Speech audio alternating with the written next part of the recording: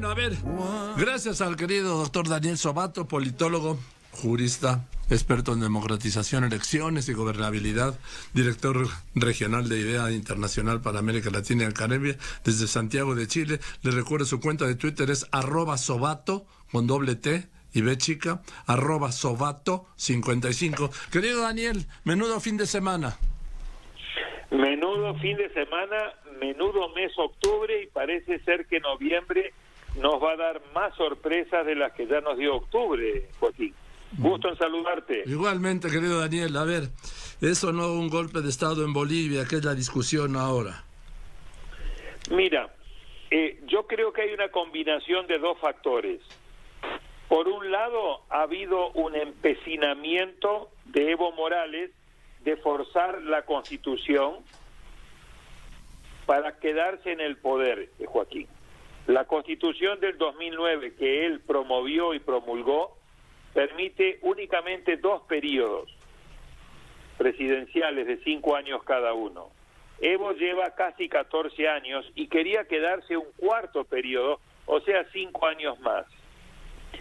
Para eso la Constitución no le permitía, organizó un referéndum, lo perdió el referéndum el 21 de febrero del 2016. Esto es para poner la crisis en contexto, porque sí, claro, es una crisis que viene de atrás. Sí, sí. Entonces forzó al Tribunal Constitucional, sobre el cual ejercía una gran influencia, y el Tribunal Constitucional terminó diciendo que prohibirle a Evo que tuviese un cuarto periodo era violar sus derechos humanos, violar el artículo 23 de la Convención Americana sobre Derechos Humanos. Eso le permitió que el Tribunal Supremo Electoral, que también estaba bajo su influencia, lo inscribiera como candidato, buscara un cuarto periodo. Se hicieron las elecciones el 20 de octubre, la comentamos contigo, y obviamente fue un proceso plagado de irregularidades, como determinó la misión de la OEA, y entonces Evo negoció con Almagro de la OEA hacer una auditoría técnica con el compromiso de que los resultados de esa auditoría iban a ser vinculantes, y que si la auditoría arrojaba de que había sido una elección llena de irregularidades, Evo iba a convocar a nuevas elecciones.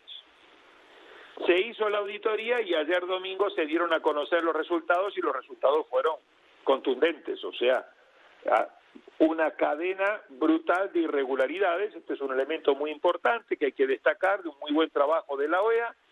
Y entonces Evo, a los pocos minutos de conocer el informe de auditoría, dijo: perfecto, entonces vamos a nuevas elecciones, no ya una segunda vuelta, sino a elecciones completas de presidente, vicepresidente y Congreso, y vamos con un nuevo tribunal, porque este tribunal claramente no está a la altura de los desafíos.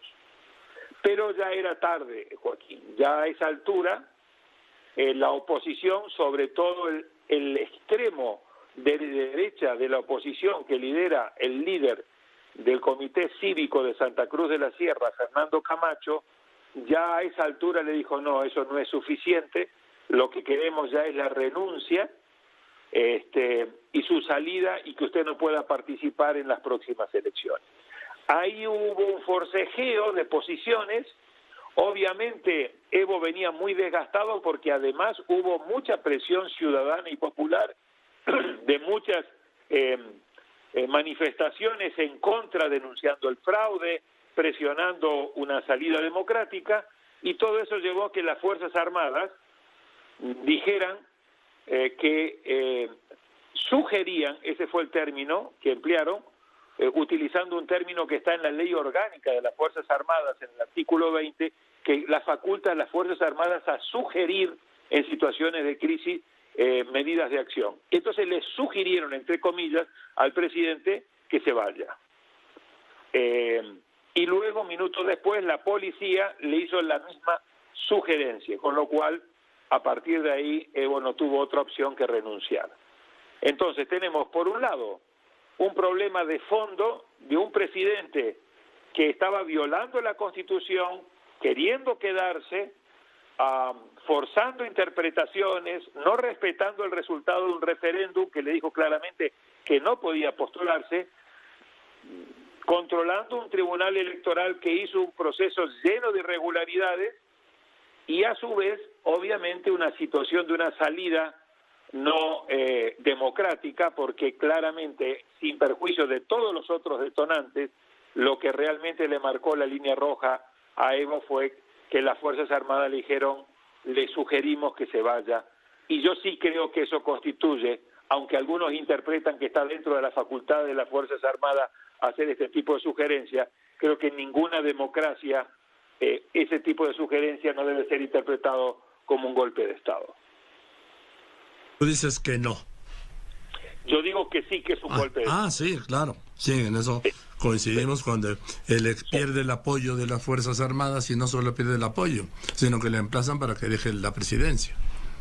Correcto. Entonces tenés esa combinación de factores de absoluta responsabilidad de Evo, o sea, esta es una crisis autogestionada, esto es un pecado capital de Evo de no quererse retirar a tiempo, de forzar toda la institucionalidad para seguir quedándose en el Ejecutivo, y a su vez su incapacidad para generar una alternancia a su liderazgo, que es uno de los fenómenos que estamos viendo de estos presidentes que concentran todo en su persona. Son lo que llamamos los presidentes sol, que una vez que desaparecen ellos o les pasa algo a ellos, todo el sistema a su alrededor colapsa. Entonces, esa es una responsabilidad que no hay que minimizar, pero tampoco podemos minimizar que no podemos hablar de una verdadera democracia cuando las Fuerzas Armadas le sugieren a un presidente que se tiene que ir. Así es, y que se va. Y que se va. Y que se va. Y dejando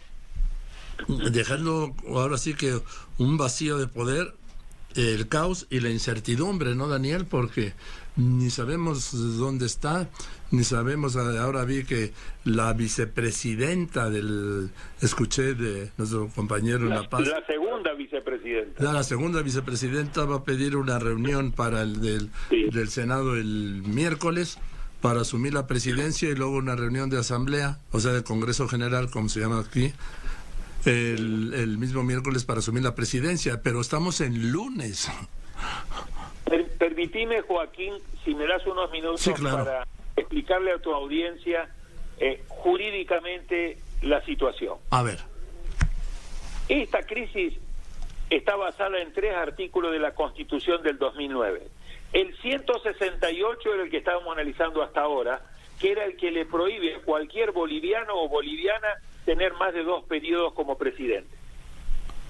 Y ahora en la crisis se desata el 169 y el 170. El 170 dice que regula cuáles son las diferentes maneras en que se pone fin a la presidencia. Una de ellas es vía renuncia, que tiene que ser por escrito y presentada a la Asamblea Legislativa Plurinacional, o el Congreso en términos mexicanos, ¿ok? Sí. Evo ya oficializó esa renuncia, ya está la renuncia por escrito de Evo y de su vicepresidente García Linera. A partir de ahí comienza a jugar el artículo 169, que establece la línea de sucesión. Si renuncia el presidente, sigue el vicepresidente; si renuncia el vicepresidente, sigue la presidenta del Senado; si renuncia el presidente del Senado, sigue el presidente diputado.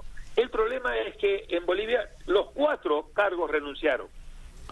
Y a diferencia de la constitución anterior, que preveía un quinto estación, que era la presidencia de la Corte Suprema de Justicia, esta vez con la constitución del 2009 esa fórmula no está. Entonces, ¿quién estaría a cargo? Número 1, Evo Morales sigue siendo el presidente de Bolivia, porque hasta tanto la Asamblea Legislativa, hasta tanto el Congreso no conozca y no apruebe la renuncia, Evo sigue siendo formalmente el presidente, aunque de facto obviamente no tiene ningún poder. Una vez que la vicepresidenta segunda del Senado, que es la única que quedó en la línea de sucesión, convoque a la Asamblea Legislativa, es decir, al Congreso, y haya el quórum suficiente, tiene que haber la mitad más 1 de 166, mitad más 1 de 166, porque son 130 diputados y 36 senadores. si hay quórum, entonces ese Congreso de sus dos cámaras tiene que conocer la renuncia y dice si la acepta o no, porque también la podría rechazar. No creo que eso ocurra, pero es una de las opciones. Una vez que se acepte la renuncia, a partir de ahí el Congreso tiene que definir quién va a ejercer la presidencia, si va a ser esta senadora Áñez, o que es de la oposición, o si van a designar otro presidente o presidenta interina. Y a partir de ahí arranca un proceso constitucional muy complejo, porque los tiempos están en contra. ¿Por qué los tiempos están en contra, Joaquín? Porque todos los cargos electivos vencen el 21 de enero del 2020, cuando se cumplen 5 años de haber sido electos. Y por lo tanto tiene Bolivia muy poco tiempo para, primero, anular, que el Congreso anule las elecciones pasadas. Segundo, para designar a los nuevos autoridades del Tribunal Supremo Electoral. Que estas autoridades del tribunal convoquen a nuevas elecciones. Revisar el calendario electoral, porque hay que revisarlo y ajustarlos a los nuevos tiempos. Y hacer los ajustes que hay que hacer en la ley electoral y en la ley de organizaciones políticas, para tener todo bien ordenado para hacer unas nuevas elecciones cuyas autoridades tienen que estar electas y además tomar posición a más tardar el 22 de enero del 2020, si es que se quiere cumplir a rajatabla con la Constitución. En fin. Pues vamos a ver qué pasa. Eso te demuestra la complejidad, Joaquín, ¿no? Sí, o sea, no hay nada resuelto.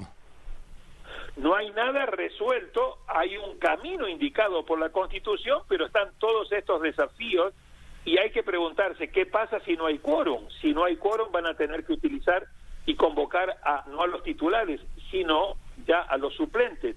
O sea, es una ruta muy compleja en una crisis que sigue abierta, donde además hay grupos cercanos al MAS que se están organizando. Yo te voy a mandar unos videos que me acaban de enviar del Alto, sí, donde van desfilando, gritando, ahora sí, guerra civil.